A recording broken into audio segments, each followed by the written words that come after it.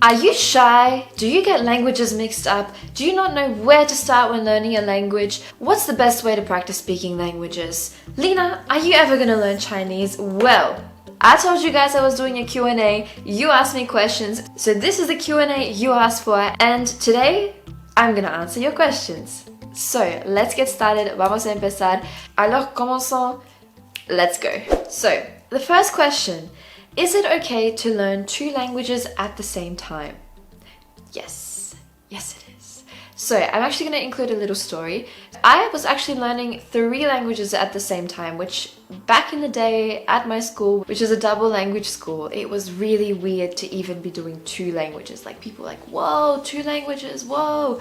And then I was doing 3, and I was the first person, I think it was like in 7 years or 10 years, I don't really know, who had done 3 languages.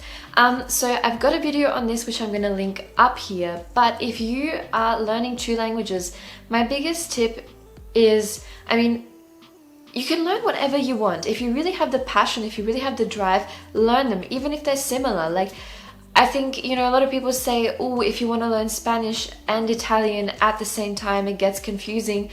Yes, it could get confusing. Like, the chances are higher that it's going to be really confusing. But on that note, I think a good tip would be to get one of the languages at a really high level, so have it at a almost C1 level before you start the other one. That would be my tip. But in every single case, it's going to be a bit different, so you've got to see for yourself. But definitely go for 2 languages at the same time if you have the time, if it's feasible for you, and if you have the drive and the will to do it. Question numéro 2. I'm pretty shy. How do I get over the fear of speaking? I think this is something that every single person faces. No matter if you've learned 2 languages or 10 languages, there's always that little bit of discomfort in speaking in a new language. I'm sure you guys, like, if you haven't seen it yet, go and check out my videos with Gabriel Poliglota and like me, where I'm just speaking Portuguese and Russian.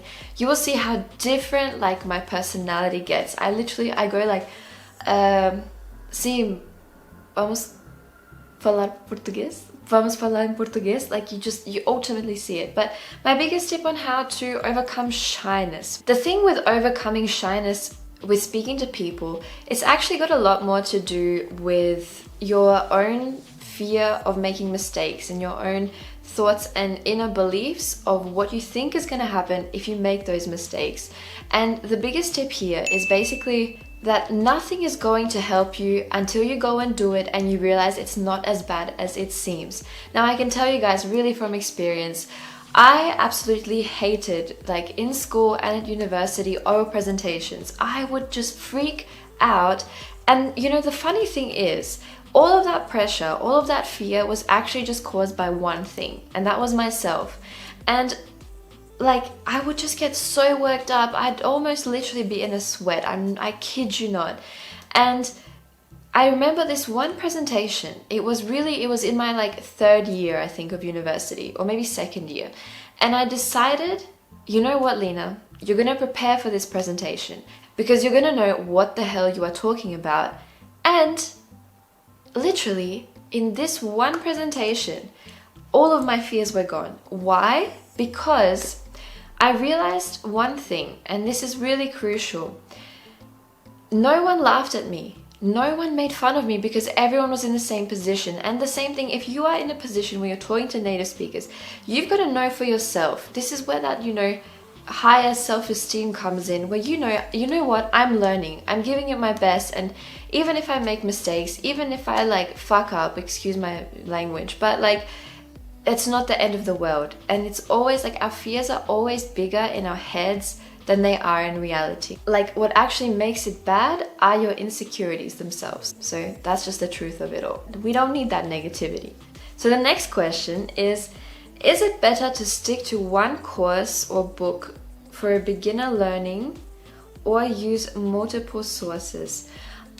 So to all my beginners, or really anyone at the start of your language learning journey, or if you're at that stage where you just feel like you could be more effective and you feel like it's just taking forever, I've been working on something that's gonna help you guys. I've been working on my video course literally for months and months. This week I've spent like 6 hours a day just touching it up, including modules like on motivation, on your mindset, on goal setting, on language hacks. I've talked to other polyglots.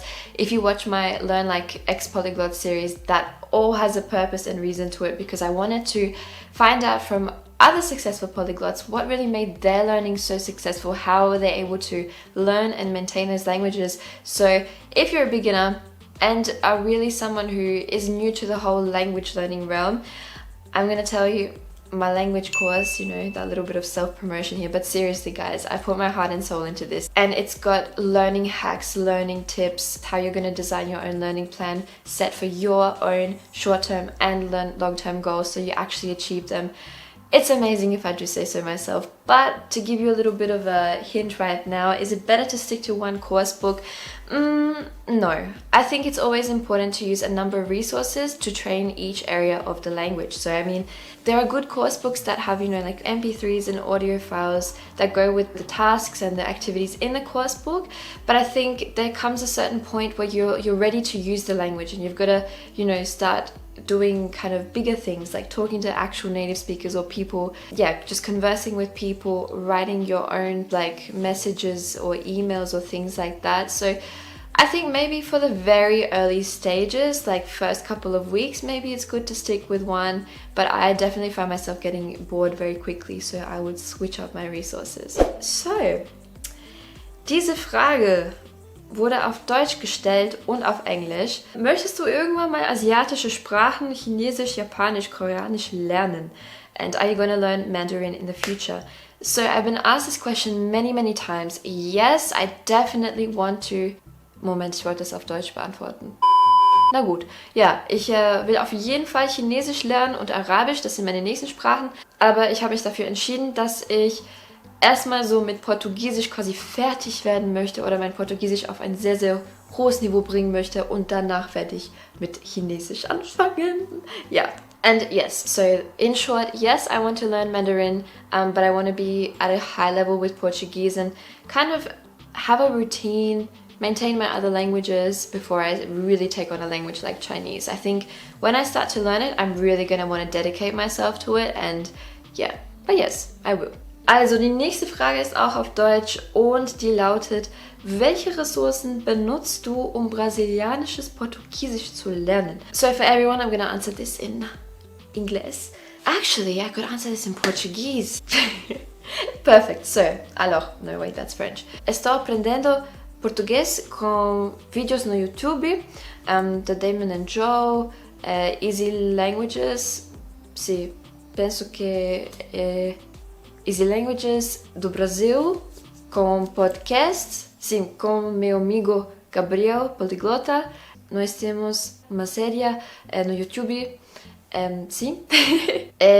Eu acho que os vídeos, isso ajuda bastante com o meu sotaque, sim, o meu gosto de música em português. So basically, yes, I'm learning with YouTube videos, with a podcast called Carioca Connection, and just with my friend Gabriel. So they're really the main resources that I'm using, and any grammar that I feel like I need to learn, I look up online. So that's what I'm using to learn Brazilian Portuguese. Until which level do you suggest to study a language before starting a new one?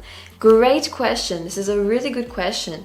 This is really something, I have to say, depends on the individual, because I think this is similar to the question of can you study 2 languages at once?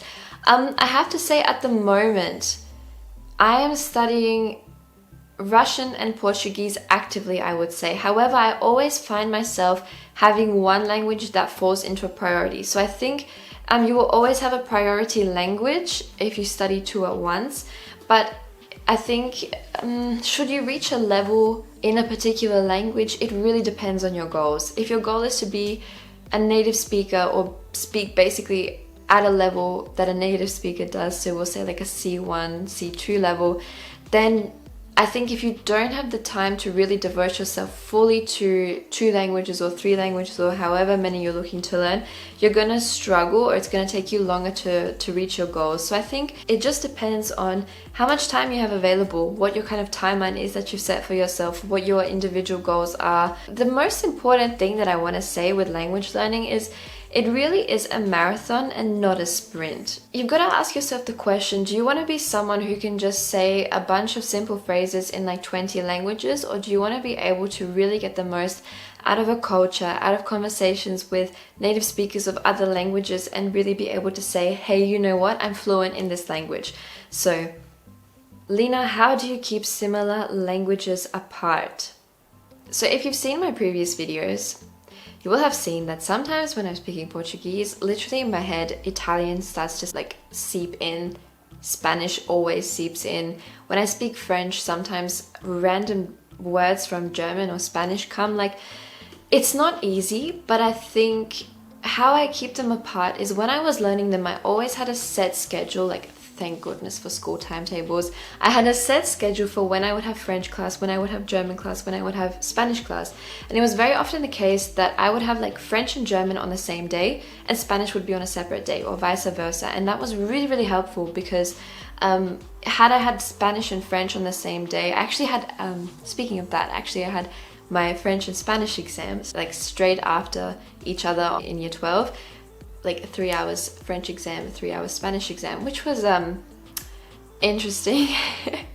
But anywho, I think you've got to set a separate study time, even a separate study day when you're learning those languages. And I find it that your brain automatically categorizes like with whom you're going to speak a particular language and when you're going to use it. Like obviously I know when I go to Paris, I'm not going to be speaking in German, and it does take a little while to adjust. Like I find in my day-to-day life, if I've just been, speaking German and all of a sudden I have to speak French or Spanish or something, my brain is definitely going to need a couple of minutes to adjust. But especially when you're learning languages, as I said, make sure that you're not, reading like a Russian book and then suddenly reading a Chinese book and then suddenly going to like writing, a French essay or whatever. Like keep them a bit separate. Trust me, it helps. I also sometimes pretend literally that I have a different personality, that I'm, when I'm about to speak French, I'm French Lina. No other Lina exists. Then there's a Spanish Lina. It's like you're putting on a different costume, but it's your little language hat. And the final question, what do I do to understand movies, TV series, etc. in a language that I'm learning? Well, it depends on your level. If you're a beginner, you just started this week, you're probably going to find watching a movie or a YouTube video or whatever in a native language, especially without subtitles, really overwhelming. So my suggestion is train your listening in the beginning. Like, I'm all for throwing yourself in the deep end, guys. Like, go hard or go home, as I say. But definitely with subtitles, start kind of tuning into what you can already understand. If it's similar to a language that you already know, like I could tell you, if I were to start watching a movie in Mandarin right now, I would just be sitting there like, what? So have that as a goal and build your knowledge up to get to that point. And then trust me, it's gonna be an amazing feeling when you're watching like even a short video in the language and you're like, oh my god, I understood some bits, even if it wasn't everything. Definitely start off with some easier videos, like Fluentu has lots of videos, Linguist. There are even, YouTube is an amazing learning resource. And diese Frage, the best way to practice speaking languages when there are not many speakers in your area. Well, we are currently in such a beautiful era to be learning languages. Guys, the internet is a phenomenal thing. There are so many apps that are coming out. I'm actually going to be doing in my next video a bit of a try and test and review of some apps like iTranslate, Drotta and Leave. So Leave, I've heard, is an app that has just come out. It was launched in August in France, and it's basically like Tinder for languages. And it finds people in your area that are also, speaking the language that you're speaking. Another beautiful way is Hello Talk. I used to use Hello Talk. And really, literally, like, you've got to go out there and find opportunities. I find people on Instagram, people that message me, slide into my DMs, and I'll start up a conversation with them. Tandem groups. And guys, I also have a Facebook group called the Busy Linguist community. There are people who are learning, my god, literally I think every single language in the world by now, and that's why I created the group, and it's just gonna expand more and more. So if you haven't joined the Busy Linguist community, the link is down below. Make sure to join it and you'll find a partner easily. I heard of, you know, some girls who she was learning, I think, German, and another one was learning English, and another one was learning Spanish and French, and they all mixed together and started talking to each other. And other than that as well, finding a teacher if you're really serious about language learning.